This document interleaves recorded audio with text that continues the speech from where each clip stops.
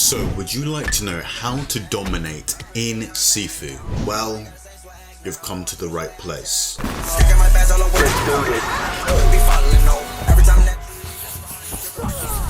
What is up, kings and queens? It's ESheks the fucking gentleman, and I'm here to discuss 3 tips you need to dominate in Sifu. So let's start off with parrying. Parrying.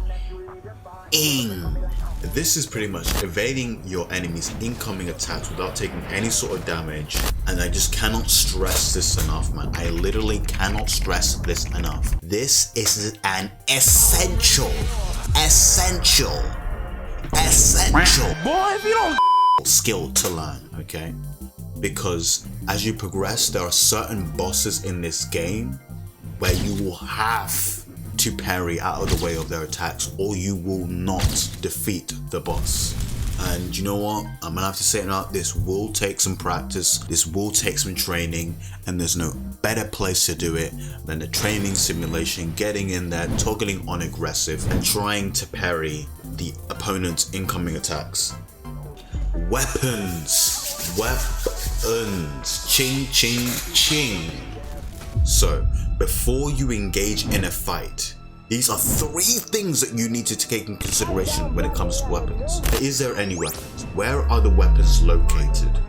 And does the enemy have any weapons? And this can completely shift how you approach the fight. Because if there are weapons, then you can go for weapons, you can be more aggressive.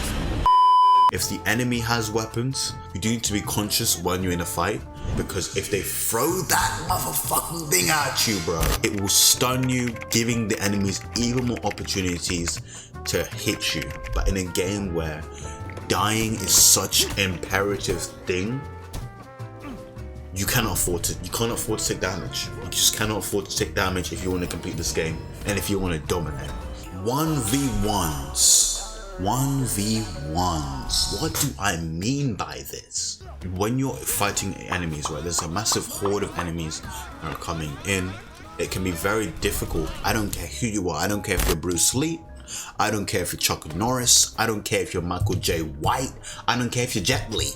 Once you go into those fights with like there's 10 people vs 1, you're at an incredible disadvantage just off the jump. So we need to make a way to balance out, or even give you the advantage so that you can dominate.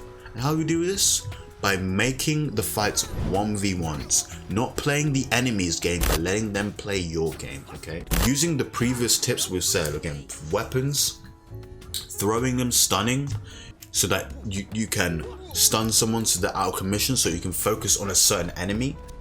Parrying attacks so that someone's attacks is completely finished, so you can then focus on someone else. Dodging, using the dodging ability to maneuver around the place that you're at so that you can focus on a certain enemy.